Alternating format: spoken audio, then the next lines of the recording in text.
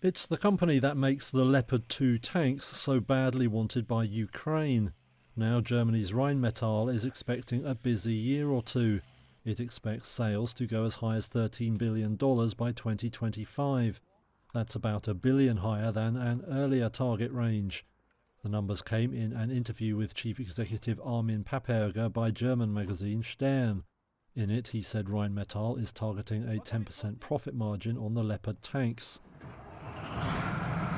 Earlier, the firm also detailed how many tanks it could deliver.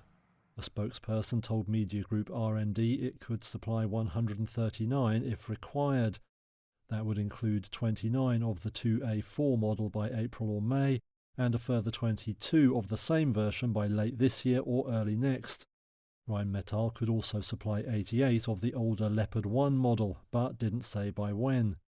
Germany is under intense pressure from Ukraine and some NATO allies to supply the tanks. Even if they are second-hand ones coming from a third country, the German-made products would require an export license from Berlin. But German policymakers are wary about approving such supplies, with some fearing they could spark Russian escalation. Poland's defence minister said Tuesday that Warsaw had now asked Germany for permission to re-export some of its tanks.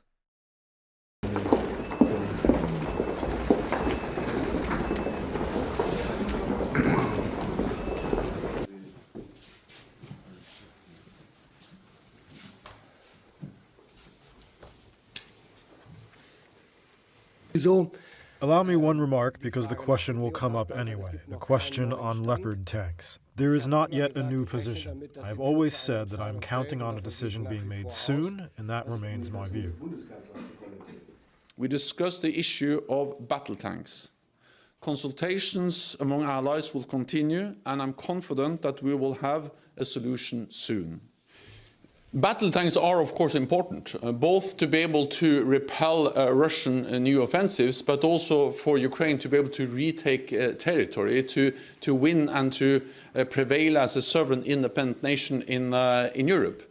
The only way to lasting peace is to make it clear to Putin that he will not win on the battlefield. Therefore, we must provide heavier and more advanced systems, so that Ukrainian forces are able to repel the Russian forces, not only to survive, but to win, take back territory and prevail as a sovereign, independent state in Europe. We should not underestimate Russia. President Putin has proved that he is willing to pay a high price. The bravery of the Ukrainian forces has inspired the whole world. At the same time, we should not underestimate Russia. President Putin has proved that he is willing to pay a high price for this unjust war. He has mobilized over 200,000 troops and is acquiring new weapons from other authoritarian regimes such as Iran and North Korea.